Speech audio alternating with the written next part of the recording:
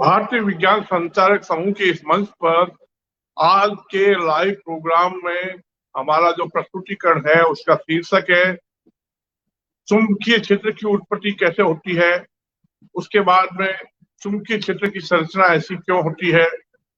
उसके बाद में समान ध्रुव यानी कि NN और SS यानी कि उत्तर उत्तर ध्रुव और दक्षिण दक्षिण ध्रुव एक दूसरे को प्रतिकर्षित क्यों करते हैं, और विपरीत ध्रुव NS SN यानी कि उत्तर दक्षिण दक्षिण उत्तर एक दूसरे को आकर्षित क्यों करते हैं। तो एक मैग्नेट की जो वास्तविकता है आज उसके बारे में हम यहाँ चर्चा करने के लिए उपस्थित हैं। दर्शकों से निवेदन है और श्रोताओं से निवेदन है, इसको खूब लाइक करें, कमेंट करें, शेयर करें, अपने साथियों के साथ में चर्चा करें। ये एक नया नवाचार है, एक अद्भुत नवाचार है और अब तक जितने भी लोगों ने मैग्नेट के बारे में सोचा समझा जाना है उनसे भिन्न है। हम एक दोलनीय ब्रह्मांड की थ्योरी के आधार पर हम ये एक्सप्लेन कर रहे हैं कि मैग्नेटिक फील्ड कब कहाँ और कैसे सबसे पहले अस्तित्व में आता है। मैग्नेटिक फील्ड की शुरुआत कहाँ से होती है। एक चुंबकीय क्षेत्र जो ब्रह्मांड में हमारे थ्योरी के अनुसार उसका अस्तित्व कब से और कहाँ से आना शुरू होता है। जैसा कि आप सभी को पता है कि दोलनीय ब्रह्मांड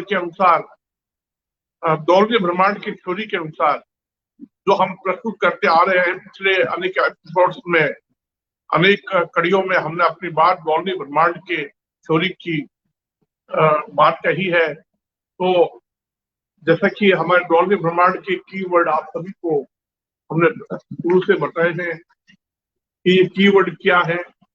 द ऑसिलेटिंग यूनिवर्स कीवर्ड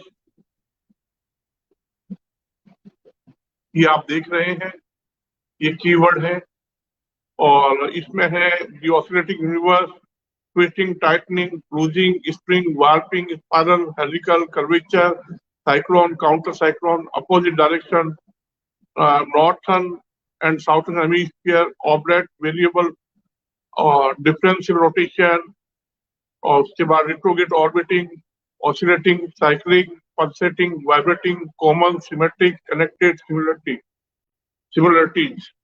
तो मेरे दोलनीय ब्रह्मांड के जो कीवर्ड्स हैं आप सभी को मैं शुरू से ही बताता रहा हूँ। इन कीवर्ड को लेते हुए हम अपनी बात को प्रस्तुत कर रहे हैं और हमने बताया कि ब्रह्मांड की जो ज्योमेट्रिकल स्ट्रक्चर है, जो ब्रह्मांड की ज्यामितीय संरचना है वो क्या है और कैसी है। तो आज हम जो बात कह रहे हैं कि ब्रह्मांड की जो ज्यामितीय संरचना है, यहाँ से शुरू करते हैं कि गुरुत्वाकर्षण का स्ट्रक्चर क्या होता है, what is the gravity and what is the geometrical structure of gravity. यानी कि एक गुरुत्वाकर्षण का ज्यामितीय संरचना क्या होती है, ये हम अपने पिछले एपिसोड्स में क्लियर एक्सप्लेन कर चुके हैं। इसको एक बार फिर दोहरा देते हैं कि ब्रह्मांड की गुरुत्वाकर्षण शक्ति, जो गुरुत्वाकर्षण क्षेत्र की स्ट्रक्चर होता है वो इस तरह का होता है, ये यूनिवर्स का होता है। उसके बाद में ब्लैक होल का ऐसा होता है। उसके बाद में विभिन्न तारों, सूर्य और तारों का ज्योमेट्रिकल स्ट्रक्चर इस तरह का होता है।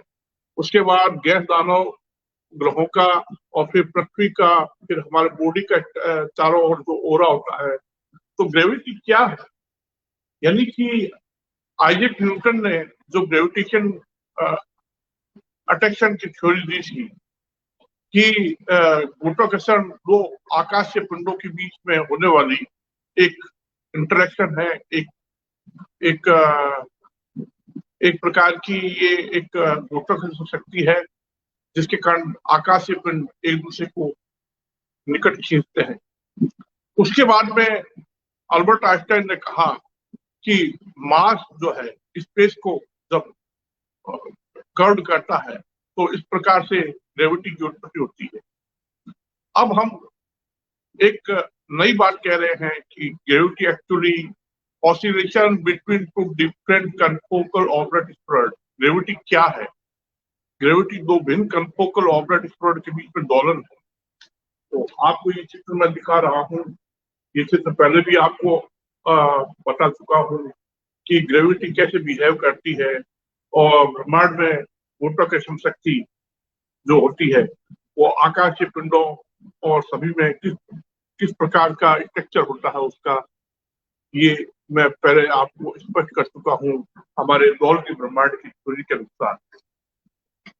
तो एक बात और, आपको एक चार्ट दिखाया था मैंने अपने पिछले एपिसोड्स में कि ये जो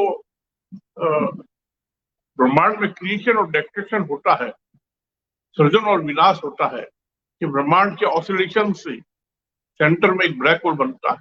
वो ब्लैक होल विभिन्न तारों में कन्वर्ट होता जाता है और वो भीमकाय तारों से होते होते फिर सूर्य में, फिर छोटे तारों में, फिर गैस दानव ग्रहों में, फिर रॉकी ग्रहों में, फिर रॉकी ग्रहों से चंद्रमाओं में, चंद्रमाओं से फिर कॉमेट और फिर एस्ट्रॉयड, फिर मीटियोर्स में ब्लैक होकर के इस ब्रह्मांड में वो विलीन हो जाता है।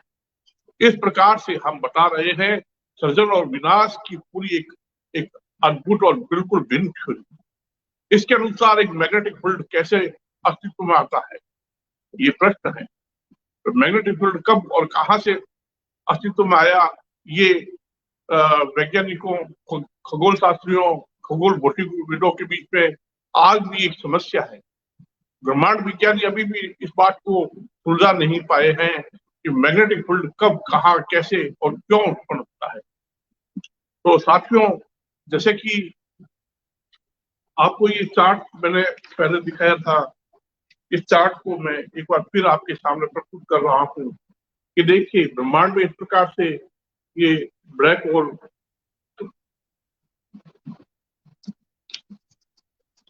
इस प्रकार से आपके सामने प्रस्तुत कर रहा हूँ।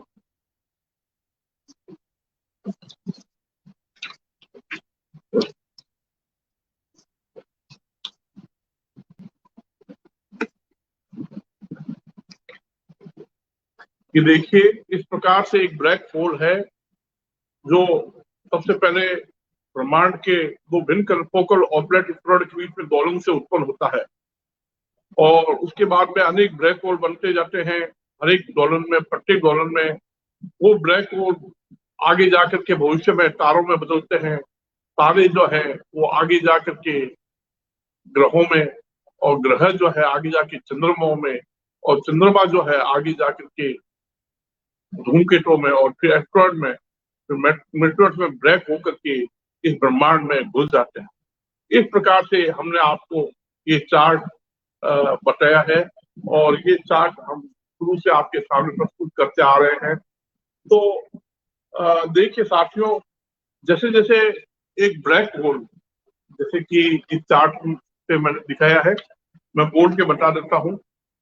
जैसे जैसे एक ब्लैक होल धीरे धीरे तारे में, ब्लू स्टार में कन्वर्ट होता है, उसमें मैटर जो है, जो प्लाज्मा माइन्यूट पार्टिकल का क्वार्क गूऑन प्लाज्मा, इस प्रकार से वो एक भीमकाय तारे में कन्वर्ट होता है। तो वो तारा जो है उसके अंदर मैग्नेटिक फील्ड बनने लगता है। उसके बाद व्हाइट ब्लू स्टार, फिर व्हाइट स्टार, फिर येलो व्हाइट स्टार, फिर येलो स्टार, फिर ऑरेंज येलो स्टार, फिर रेड स्टार। इस प्रकार से ये मैग्नेटिक फील्ड लगातार अस्तित्व में आने लगता है। जैसे जैसे एक भीमकाय तारा और एक ब्लैक होल की कन्वर्ट होने से बनता है और आगे वो दूसरे तारों में कन्वर्ट होता जाता है और उसके फ्यूचर में धीरे धीरे ये मैग्नेटिक फील्ड बनने लगता है। और ये मैग्नेटिक फील्ड बनता बनता एक समय आता है जब सूर्य और उससे छोटे तारों में, उसके बाद में गैस दानव ग्रहों में, और फिर उसके बाद में रॉकी ग्रहों में, फिर पृथ्वी में, और इस प्रकार से भविष्य में ये समाप्त होने की तरफ बढ़ता जाता है। जैसे जैसे ये Venus, Mars, Pluto, mercury, Ganymede, moon, comet, asteroid, इस प्रकार से ये मैग्नेटिक फील्ड समाप्त होता जाता है। तो साथियों, ये मैग्नेटिक फील्ड की कहानी है पूरी, story of origin of magnetic field. एक मैग्नेटिक फील्ड जो होता है एक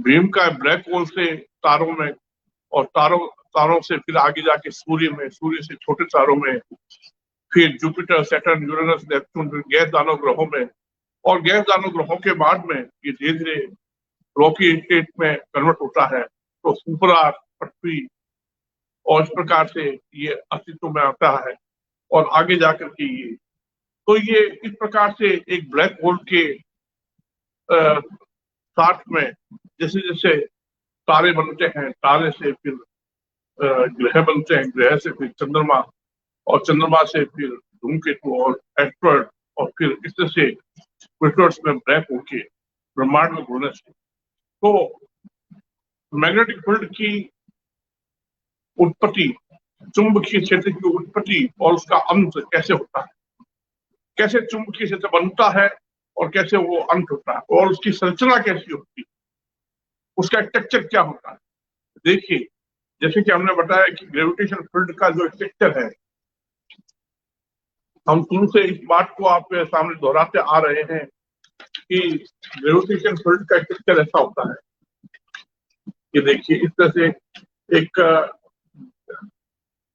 ग्रेविटेशन फील्ड का स्ट्रक्चर इस प्रकार का होता है।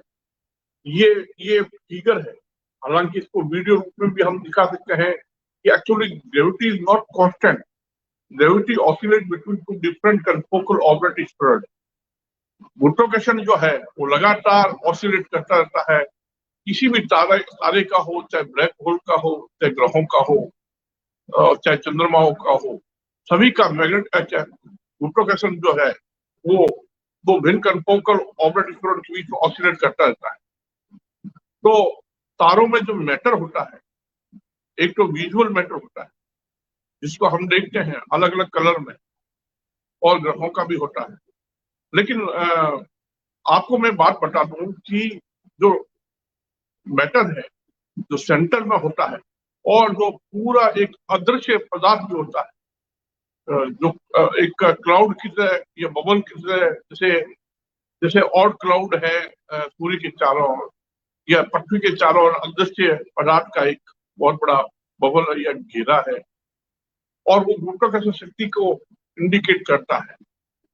लेकिन जो परमाणुविक, एटॉमिक और मॉलिक्यूलर जो पूरा पदार्थ है ग्रहों में, और इसी प्रकार से तारों में प्लाज्मा बॉडी होती है, प्लाज्मा मैटर होता है, तो वास्तव में क्या होता है कि मैग्नेटिक फील्ड जो है वो इस प्रकार से जो पदार्थ होता है उसके अंदर जो मैग्नेटिक फील्ड होता है। लेकिन जैसे, और ये जो फील्ड है, ये जो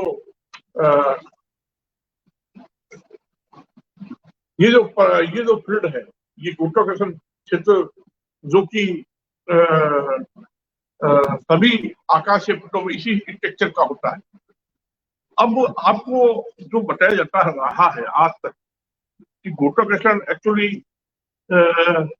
आपको क्या बताया जाता रहा है, किस प्रकार से गुरुत्वाकर्षण का स्ट्रक्चर होता है एक मैग्नेट में और एक आकाशीय पिंड में, तारों में किस प्रकार की स्ट्रक्चर, इस प्रकार का बताया जाता है कि देखिए, साउथ पोल और नॉर्थ पोल, साउथ पोल, इस प्रकार से दो ध्रुव होते हैं।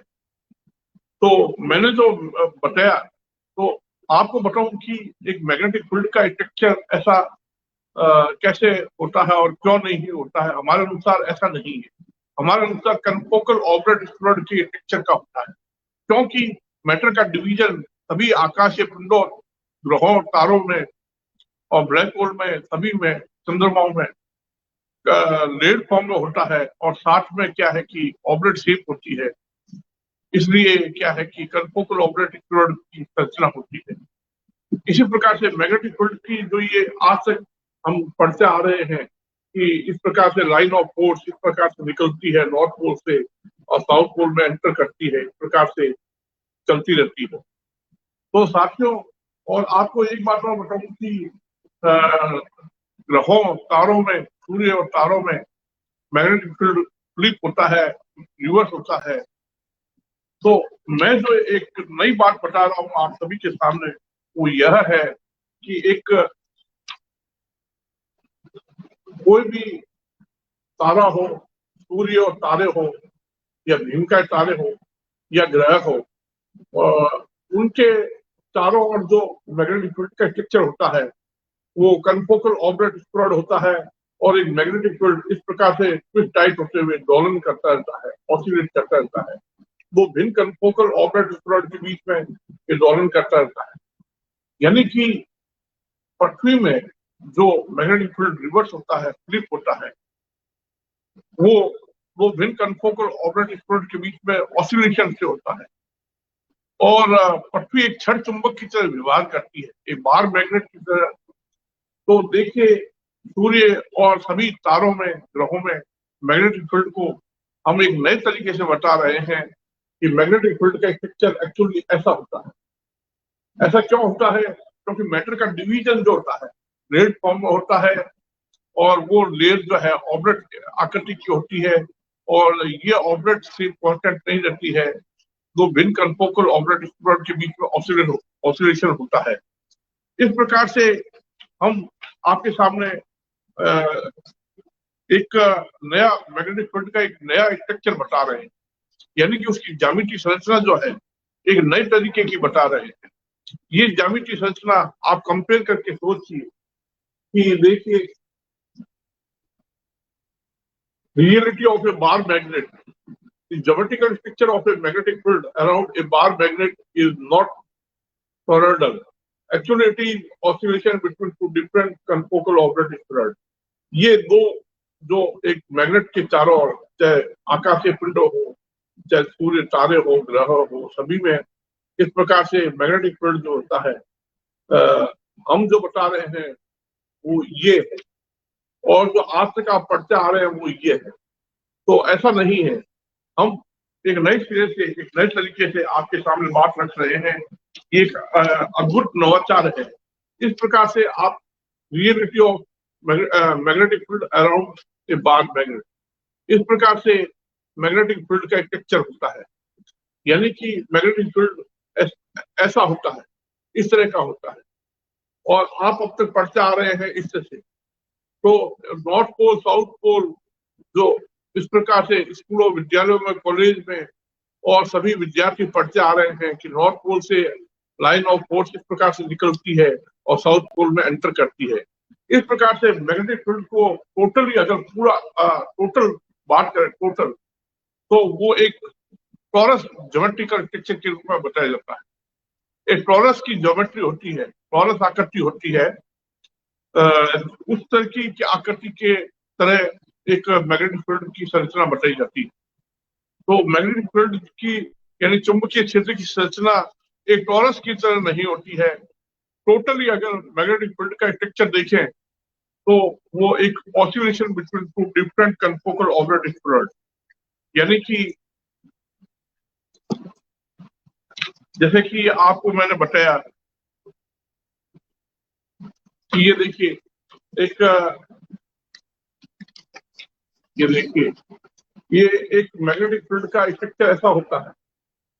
अब मैं आपको एक इसके ऊपर मैग्नेट लगा के और फिर आपके सामने फिर दोबारा अपनी बात कहता हूँ। देखिए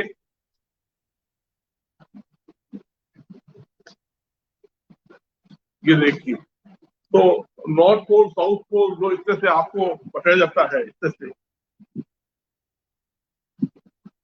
इस तरह से आपके सामने देखिए नॉर्थ पोल और साउथ पोल, ये इस तरह से। तो एक मैग्नेटिक फील्ड का एक्चुअल रियल जो ज्योमेट्रिकल स्ट्रक्चर होता है इस प्रकार से कनफोकल ऑर्बिट स्प्रेड के रूप में होता है, और एक मैग्नेटिक फील्ड जो है दो भिन्न कनफोकल ऑर्बिट स्प्रेड के बीच में ऑसिलेशन करता है। तो देखिए आपके सामने एक नई परिस्थिति आ गई, एक नई बात आ गई है कि मैग्नेटिक फील्ड एक्चुअली होता कैसा है। जैसे कि आपने अब तक ये पढ़ा है कि देखिए इस तरह से कि मैग्नेटिक फील्ड को इस तरह से समझा जाता रहा है, और हम स्कूलों, कॉलेजों में और जो आज तक हम पुस्तकों में किताबों में पढ़ते आ रहे हैं कि मैग्नेटिक फील्ड कैसा होता है, तो मैग्नेटिक फील्ड रियल में ये इस तरह का नहीं होता है। जो बार मैग्नेट इस तरह से बताया जा रहा है, नॉर्थ पोल से लाइन ऑफ फोर्स निकलती है और साउथ पोल में एंटर करती है, इस प्रकार से ये टॉरस की तरह मैग्नेटिक फील्ड को बताया जाता है। जबकि एक्चुअल में क्या होता है कि मैग्नेटिक फील्ड इस तरह का होता है, ये इस तरह का, यानी कि कनफोकल ऑब्लेट स्फीरॉइड के रूप में। अब हम आगे की बात करते हैं।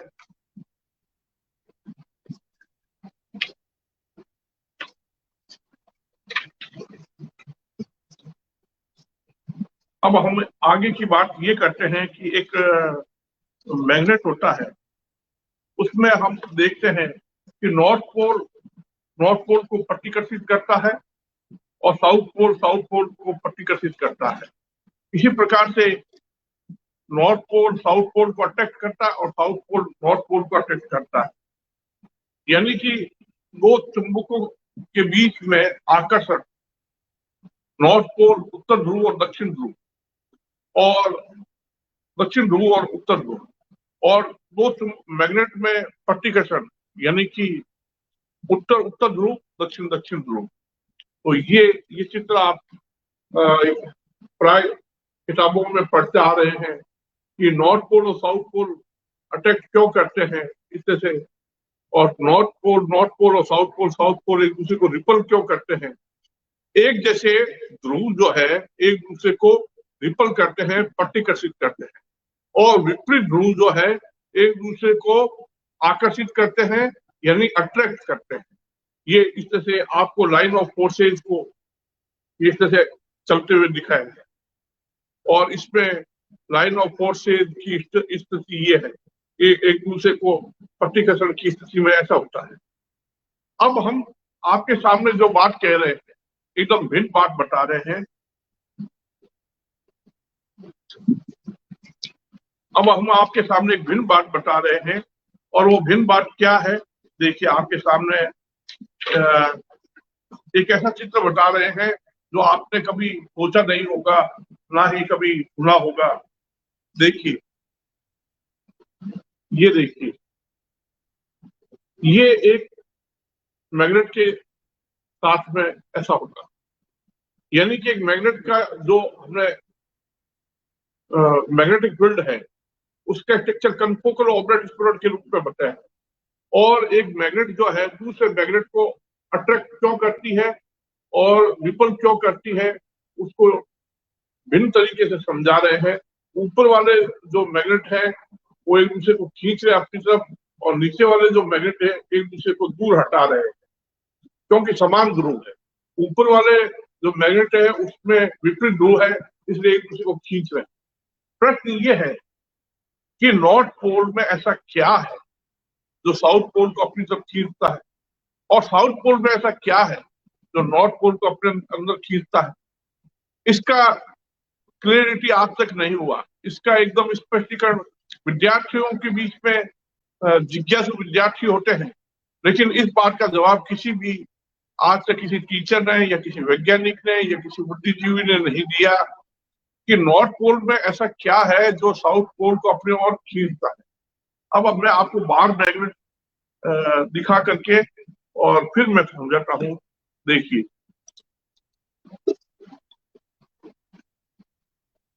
जैसे ये मेरे पास में ये मैग्नेट है, देखिए आपके सामने ये है मैग्नेट।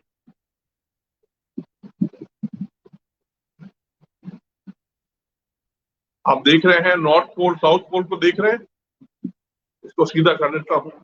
ये देखिए ऊपर, ये देखिए नॉर्थ पोल और साउथ पोल, और एक और ऐसी की ऐसी एक मैग्नेट और है मेरे पास में। अब देखिए, अब मैं जब नॉर्थ पोल को नॉर्थ पोल के पास में लाता हूं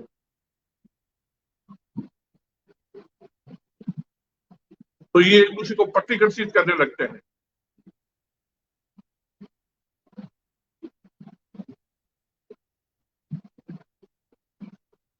एक दूसरे को दूर हटा रहे हैं।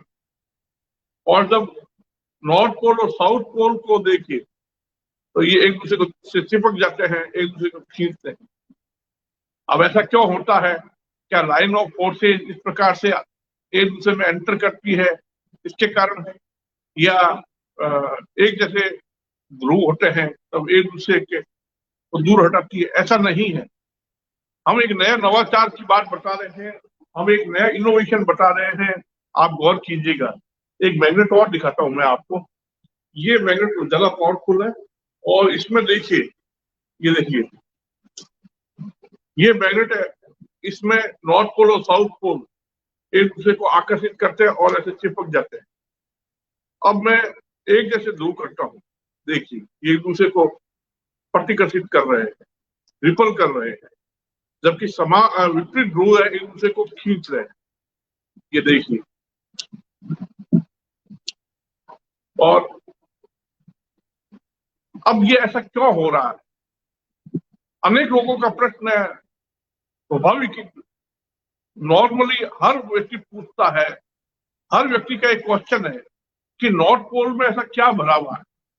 देखिए, जैसे जैसे मैग्नेट है, अब मैंने भी ये प्रश्न अपने क्लास टीचर से पूछा था जब मैं पढ़ाई करता था, तब मैं पूछता था कि इस नॉर्थ पोल में ऐसा क्या भरा हुआ है कि साउथ पोल से निकलने वाली लाइन ऑफ फोर्स को अपनी ओर खींचता है। और देखिए,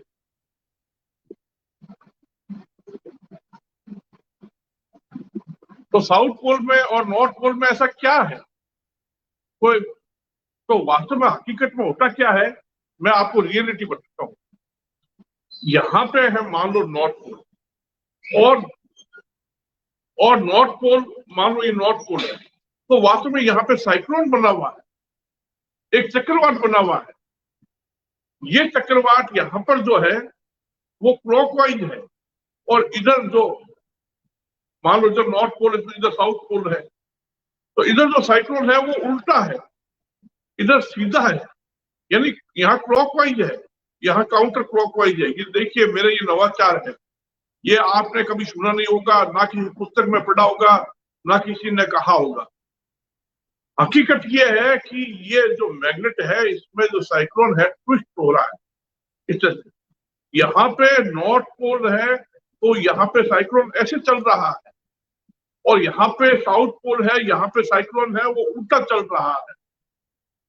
ये आपने कभी कहीं किसी पुस्तक में पढ़ा, या किसी शोध पत्र में पढ़ा, या कहीं पे भी किसी वैज्ञानिक ने या शिक्षक ने ये बात कही? आज मैं आपके सामने जो नवाचार प्रस्तुत कर रहा हूँ इतना महत्वपूर्ण है कि आपकी वर्षों से जो जिज्ञासा है उसको शांत कर रहा हूँ। कभी आपने कहीं पे किसी ने किसी से ये ना सुना होगा, ना पढ़ा होगा, ना देखा होगा, ना पुस्तकों में पढ़ा। तो ये क्या होता है? ये जो ये मैग्नेट है, एक दूसरे को रिपल क्यों कर रहे हैं? समान ध्रुव एक दूसरे को प्रतिकर्षित क्यों कर रहे हैं? ऐसा नहीं है कि लाइन ऑफ फोर्सेस टकरा करके हटा रहे हैं, लेकिन हकीकत ये है कि यहाँ पे एक साइक्लोन बना हुआ है क्लॉकवाइज, यहाँ पर एक साइक्लोन बना हुआ, समान ध्रुवों पर साइक्लोन एक जैसे होते हैं, इसलिए वो एक दूसरे को प्रतिकर्षित करते हैं। और विपरीत ध्रुवों पर साइक्लोन जो होते हैं विपरीत होते हैं, एक क्लॉकवाइज एक काउंटर क्लॉकवाइज, इसके कारण एक दूसरे को खींचते हैं। तो साथियों, ये एक बहुत ही अद्भुत और बहुत ही शानदार खोज है मेरी, और इसमें आप इसको अगर अच्छी तरह से समझना चाहे तो सबसे पहले तो आपको मैग्नेटिक फील्ड की का ज्योमेट्रिकल स्ट्रक्चर, जो टॉरस नहीं होता है, लाइन ऑफ फोर्स ऐसे निकली और ऐसे जाकर के वापस घुस गई, ऐसे निकली और ऐसे घुस गई, ऐसा नहीं होता है। यानी कि मैग्नेट का ये नॉर्थ पोल यहाँ से लाइन ऑफ फोर्स निकल के यहाँ पे एंटर हो गई, ऐसा नहीं होता है। ये लाइन ऑफ फोर्स यहाँ से निकल करके यहाँ पे वापस घुस जाती है, ऐसा कुछ भी नहीं होता है। तो क्या होता है? तो हकीकत में एक मैग्नेट का मैग्नेटिक फील्ड होता है वो कनफोकल ऑब्लेट स्ट्रक्चर का होता है। आपने इसका मैग्नेट का अट्रैक्शन और रिपल्सन का सूत्र भी पढ़ा होगा कि F बराबर जैसे m/m/r² होता है, इस तरह से इसका फॉर्मूला पढ़ा होगा। लेकिन हम एक नई अवधारणा आपके सामने ला रहे हैं। आप चाहे इसको प्रैक्टिकली चेक कर लीजिए, मैथमेटिकली चेक कर लीजिए कि नॉर्थ पोल को प्रतिकर्षित क्यों करता है। ये देखिए, एक दूसरे को प्रतिकर्षित, तो प्रतिकर्षण का कारण ऐसा नहीं है कि लाइन ऑफ फोर्स एक ही डायरेक्शन में दोनों तरफ है, बल्कि एक जैसे साइक्लोन, यहाँ पे भी क्लॉकवाइज साइक्लोन, यहाँ पे भी क्लॉकवाइज साइक्लोन, इसलिए एक दूसरे को दूर फेंक रहे हैं। और अगर मैं मैग्नेट को घुमा करके नॉर्थ पोल साउथ पोल को ले आता हूं, तो यहाँ पे साइक्लोन है और यहाँ पे काउंटर साइक्लोन है, इसलिए एक दूसरे को खींच रहे हैं। तो साथियों, ये कितना अद्भुत नवाचार है, आप इसको प्रैक्टिकली चेक कर सकते हैं। और मैं इसको आपको फिगर के रूप में लिखा के बता रहा हूं।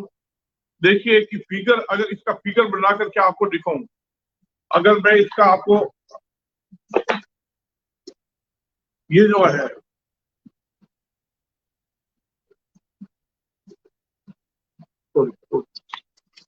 हाँ देखिए, ये दो मैग्नेट, एक ऊपर वाले जो मैग्नेट है वो एक दूसरे को अट्रैक्शन कर रहे हैं, NS/SN अट्रैक्शन कर रहे हैं। इसका कारण ये है कि विपरीत साइक्लोन है।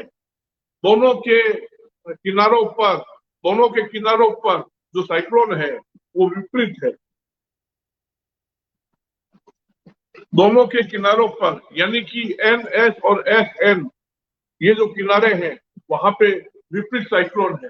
इसके कारण ये एक दूसरे को अपनी तरफ खींचते हैं। और जबकि यहाँ पे देखिए, एक जैसे NNSS, यहाँ पे एक जैसे साइक्लोन है, इसलिए एक दूसरे को ये दूर हटा रहे हैं, यानी एक दूसरे को दूर फेंक रहे हैं। तो ऐसा क्यों होता है? ये रिपल होने का कारण ये है क्योंकि मैग्नेटिक फील्ड का जो आज तक आपको चित्र बताया जाता है कि एक मैग्नेटिक फील्ड का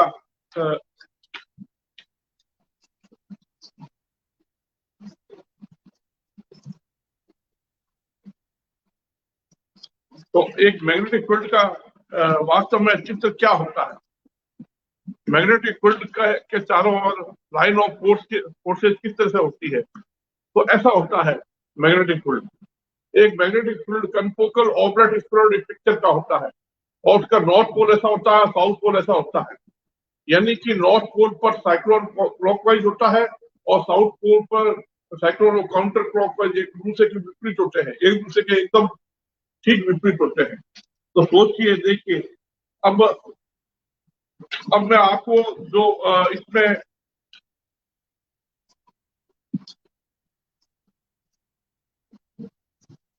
ये देखिए, अब इसमें तुलना कीजिए, आप इन दो चित्रों को ध्यान से तुलना कीजिए और बताइए कि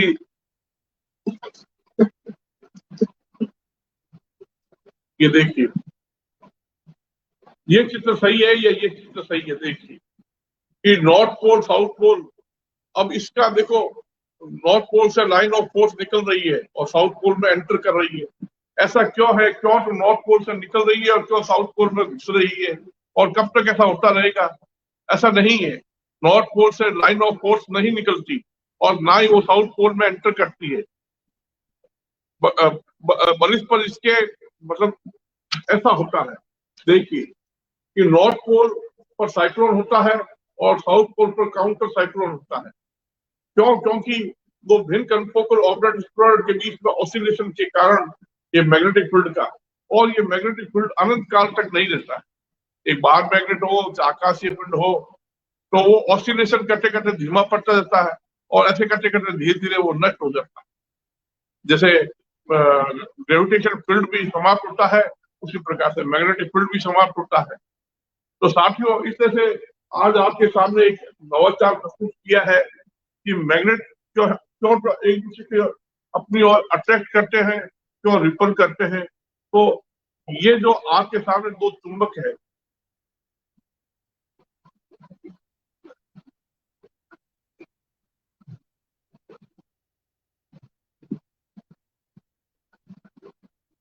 देखिए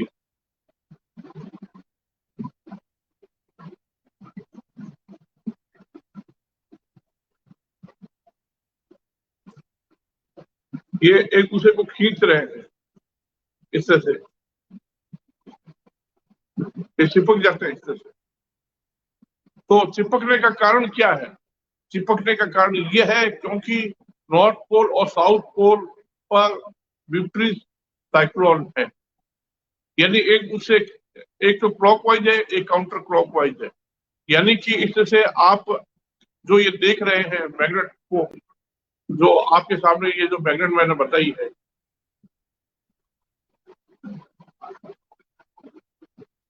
तो ये नॉर्थ पोल साउथ पोल, इसकी वास्तविकता का को मैंने आपके सामने प्रस्तुत किया है। और ऐसी वास्तविकता आपको आज तक किसी ने नहीं बताई। अब आपके सामने दो परिस्थितियां बन गई है, आप अपने टीचर से बात कर सकते हैं। मैं बता रहा हूं कि एक मैग्नेट के चारों ओर जो मैग्नेटिक फील्ड होता है, चुंबकीय क्षेत्र होता है, उसका रियल ज्योमेट्रिकल स्ट्रक्चर जो होता है कनफोकल ऑब्लेट स्पिरल होता है, ना कि टॉरस की तरह होता है। ऐसे नहीं है कि लाइन ऑफ फोर्स निकली और दूसरी तरफ घुस गई, ऐसे निकली और ऐसे एंटर होगी, नॉर्थ पोल से निकली और साउथ पोल में एंटर होगी, ऐसा नहीं है। बल्कि इस प्रकार से साइक्लोन और काउंटर साइक्लोन होता है। यानी एक मैग्नेट के बारे में आज आपके सामने मैंने जो बात बताई है, मैं समझता हूं कि इस वीडियो को अनेक शिक्षक लोग और अनेक बुद्धिजीवी वैज्ञानिक लोग, चिंतनशील लोग सुन रहे हैं, और वो सभी इस बात को विचार करें कि क्या वास्तव में जो अनिल कुमार थानवी बता रहे हैं कि मैग्नेट ऐसा होता है कि एक मैग्नेटिक फील्ड का स्ट्रक्चर जो है, geometrical structure of a magnetic field is confocal oblate spiral and it oscillates between two different confocal oblate spiral। यानी कि एक चुंबकीय क्षेत्र जो है उसकी ज्यामितीय संरचना कनफोकल ऑब्लेट, एक अंडाकार आकृति की सतह होती है कनफोकल, उसमें हाइपरबोलॉइड भी बनते हैं। उसमें जैसे इसमें बताया है नॉर्थ पोल पर साइक्लोन और साउथ पोल पर काउंटर साइक्लोन। इसके कारण नॉर्थ पोल एक दूसरे को रिपल करते हैं क्योंकि एक जैसे चक्रवात होते हैं, और साउथ पोल एक दूसरे को रिपल करते हैं क्योंकि एक जैसे चक्रवात होते हैं। जबकि नॉर्थ पोल साउथ पोल को अट्रैक्ट करता है या साउथ पोल नॉर्थ पोल को अट्रैक्ट करता है, उसका कारण है विपरीत चक्रवात होते हैं। एक दूसरे के विपरीत चक्रवात होने के कारण नॉर्थ पोल साउथ पोल या साउथ पोल नॉर्थ पोल को अट्रैक्ट करता है। इस तरह से एक बात बताई है आपके सामने, और मैग्नेटिक फील्ड कैसे उत्पन्न होता है, और इसके बाद में मैग्नेटिक फील्ड का रियल ज्योमेट्रिकल स्ट्रक्चर क्या होता है, ये सब बातें बताई है। एक बार फिर आपको वो सारी चीजें दिखा सकता हूं मैं, और मैं समझता हूं कि आप इन सब पर विचार करेंगे।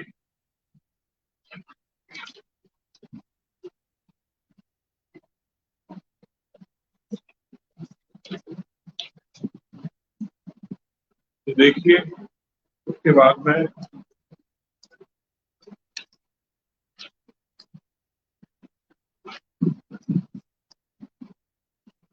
तो साथियों, ये जो आपके सामने प्रस्तुतिकरण किया है, आपको ये प्रस्तुतिकरण कैसा लगा और आप इसके बारे में क्या सोचते हैं?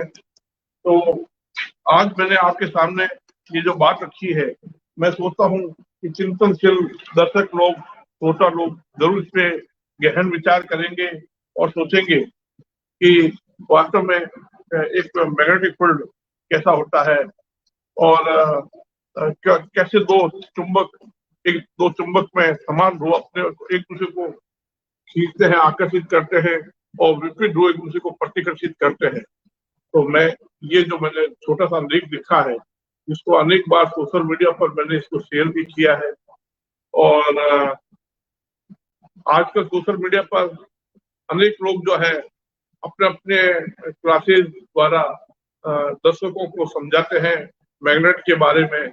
तो मैं मैग्नेट के बारे में एक नई बात आपके सामने लाया हूँ। देखिए, किसी चुंबक के ध्रुवों पर आकर्षण और प्रतिकर्षण बल लगने के पीछे वास्तविक मूल कारण, क्या आपने कभी ये जानने की कोशिश की है कि मूलतः एक चुंबक के समान ध्रुव एक दूसरे को प्रतिकर्षित करते हैं और विपरीत ध्रुव एक दूसरे को क्यों आकर्षित करते हैं? इसके पीछे मुख्य कारण क्या है? क्योंकि एक चुंबक के उत्तर और दक्षिण ध्रुव पर चक्रवात और प्रतिचक्रवात होते हैं। दो एक समान ध्रुवों पर एक समान चक्रवात एक दूसरे को दूर फेंकते हैं, दूर धकेलते हैं, जबकि दो असमान ध्रुवों पर चक्रवात प्रतिचक्रवात एक दूसरे को अपनी ओर खींचते हैं। ये वास्तविक यानी मूल कारण है जिससे दो चुंबक के मध्य आकर्षण और प्रतिकर्षण होता है। ये चक्रवात किसके बने होते हैं? किसी चुंबक के दोनों ध्रुवों पर चक्रवात और प्रतिचक्रवात अदृश्य द्रव्य ऊर्जा के कारण बने होते हैं। ये देखिए इस तरह से आपके सामने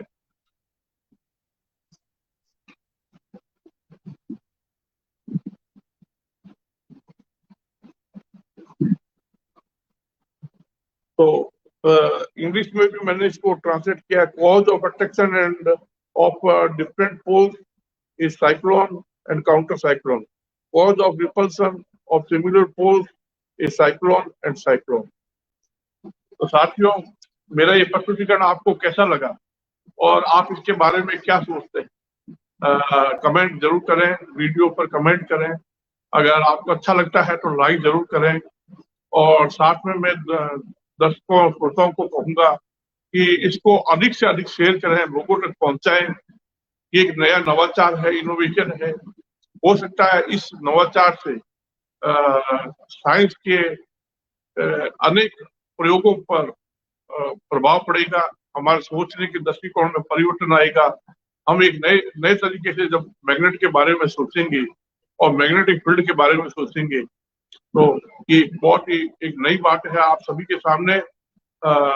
मैं समझता हूँ कि आप सभी को ये गहन विचार करना चाहिए और इस पे विचार करने के बाद में इसको अन्य अपने साथी लोगों से चर्चा करें। धन्यवाद।